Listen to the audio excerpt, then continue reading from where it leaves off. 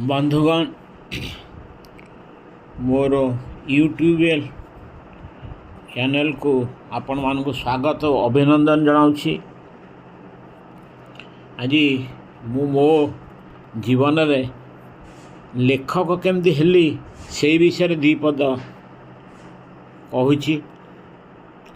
मुझे भी भाविनी जे भविष्य बा जीवन रे केबे किछि लेखालेखि करी। समय स्रोत मु लेखक कि कवि केमिति हेली ता उपर जहाँ मन पड़ुछि सेटा मो जीवन गोटे छोट अंश होइथिबारु से विषय आपण मानकु मु किछि कहूछि। पेशादार लेखक बा कवि मु नुहे, ताहा मोर रुचि रे परिणत होइथिबारु खुशी रे मु लेखालेखि करुछि। एबे मध्य लेखुछि। जन्म हेबाठू 35 वर्ष पर्यंत कौन लेखालेखि करनथिली। 1996 मसीह लेखालेखि करिया को टिके आग्रह जन्मिला।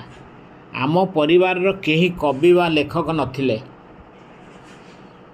किंतु 1996 मसीह मु परजंग केनाल डिविजन सहकारी जंत्री जेतेबेले थिली सेतेबेले मोर टिके लेखिया को आग्रह जन्मिला। जेहेतु मु पेशारे जड़े जंत्री टेक्निकल लोक होइथिबारु मनरे भाविली गाँ गहली रे लोक माने कोठा घर टिए तैयारी कला बेले गाँर अल्प बुद्धिया राजमिस्त्री सठिक वैषयिक ज्ञान नथाई लोक मानकु इयाडु सियाडु कही खर्चांत करिथांती। मनरे एहाकु रखी ओडिया पढ़ी पारुथुवा जेकोसी व्यक्ति नुआ कोठा घर टिए कले तार ज्ञान वृद्धि केमती हबो सेथिपई लेखिली मोर प्रथम बही कोठा घर करिवे किपरि। अवश्य यह 2000 मसीह प्रकाशित हैला। तापरे से बहीटी प्रकाशित हैला परे मो मन टिके उत्साह जन्मिला।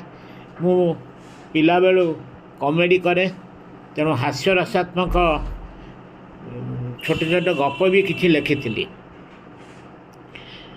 तेणु मोर द्वितीय बही छोट छोट हास्य रसात्मक गप बा रम्य रचना महादेव चिलम या पर लिखिली।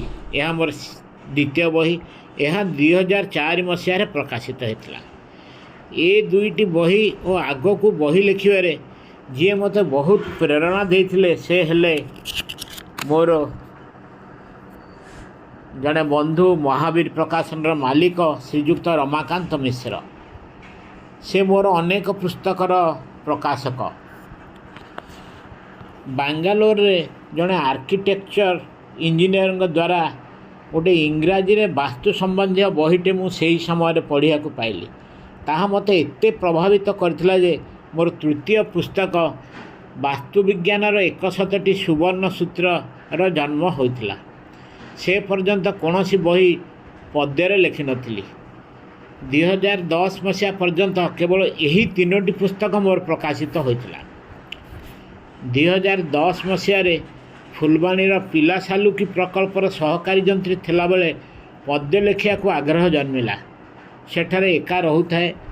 मु जगन्नाथ संबंधी अनेक पुस्तक आगरू पढ़ी। ऑफिस रु सरकारी बासभवन को आसला परे जगन्नाथ संबंधी जणाण बा तथ्यभित्तिक कविता आपे आपे उद्रेक हुए। मु संध्या समय बा राति रे किछि कविता लिखि सारिया परे मोबाइल रे मोर बड़ झील को शुणाए। से सेतेबेले मेडिकल कॉलेज रा छात्री थिला। राति जेते हेले भी ताकू शुणाए और से खुशी हुए। एहीपरि 15 दिन मध्य जगन्नाथ संबंधी पद्य मोर प्रथम पुस्तक लिखिली। तार नाम है छड़ा तुलसी। तापर अनेक गुड़िए बही मु पद्य लिखिली। सेगुड़िक है टंकतोराणी, हनुमान चालीसा और चरित, गीतारू कौन शिखिली, संक्षिप्त महाभारत, संक्षिप्त रामायण इत्यादि अनेक। 2011 मसीह शिरिडी साई आश्रित हेबा परे तांको संबंधी 14 खंड पुस्तक गद्य और पद्य रचना करी। ता मध्यरु किछि भी अनुवाद पुस्तक अच्छी।